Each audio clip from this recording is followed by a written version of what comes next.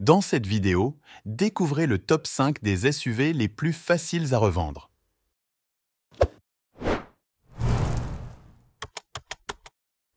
Nous avons sélectionné pour vous 5 SUV qui se revendent le plus facilement et conservent une bonne valeur de revente à court et moyen terme.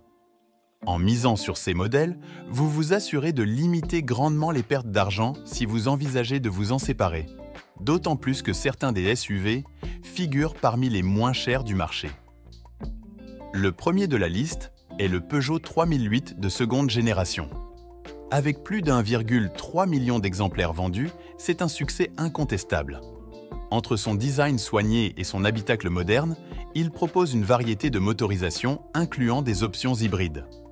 Même s'il a connu quelques soucis de fiabilité, ça n'a pas terni sa réputation. Les versions hybrides rechargeables sont particulièrement recherchées et même la version diesel est appréciée. Pour une revente plus facile, mieux vaut esquiver la boîte de vitesse manuelle qui est peu demandée sur ce segment. Continuons avec le C3 Aircross de Citroën qui a déjà trouvé plus de 500 000 propriétaires. Avec son design ludique et son accessibilité, il plaît à un large public. Bien que ne proposant que des motorisations thermiques, sa valeur de revente reste dans la très bonne moyenne. Pour maximiser les chances de revente, optez pour une configuration originale qui se démarque. Ensuite, nous avons la seconde génération du Renault Captur, qui est un SUV sûr et abordable. Avec un restylage prévu en 2024, il offre une variété de motorisations, y compris une version GPL, un atout rare. Les versions hybrides sont économiques à l'usage, et certaines configurations, comme les finitions RS Line et Iconic, sont particulièrement recherchées.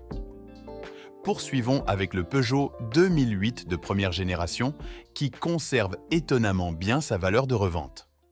Pratique au quotidien, avec une bonne hauteur d'assise et un volume de coffre apprécié des familles, les moteurs essence et diesel sont fiables, mais évitez les petites motorisations qui sont moins recherchées sur le marché de l'occasion.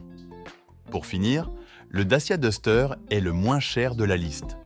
La seconde génération conserve une excellente valeur de revente grâce à sa fiabilité et ses capacités tout-terrain.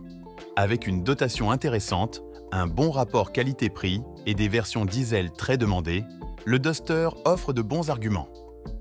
Évitez le petit moteur de 115 chevaux et privilégiez celui de 130 chevaux ou les versions diesel.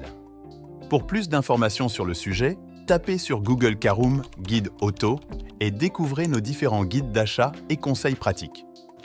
N'hésitez pas à lire la description et découvrir nos différents liens et informations. Si vous avez trouvé ce guide intéressant, abonnez-vous pour ne manquer aucun de nos prochains contenus. N'oubliez pas de liker, commenter et de partager cette vidéo.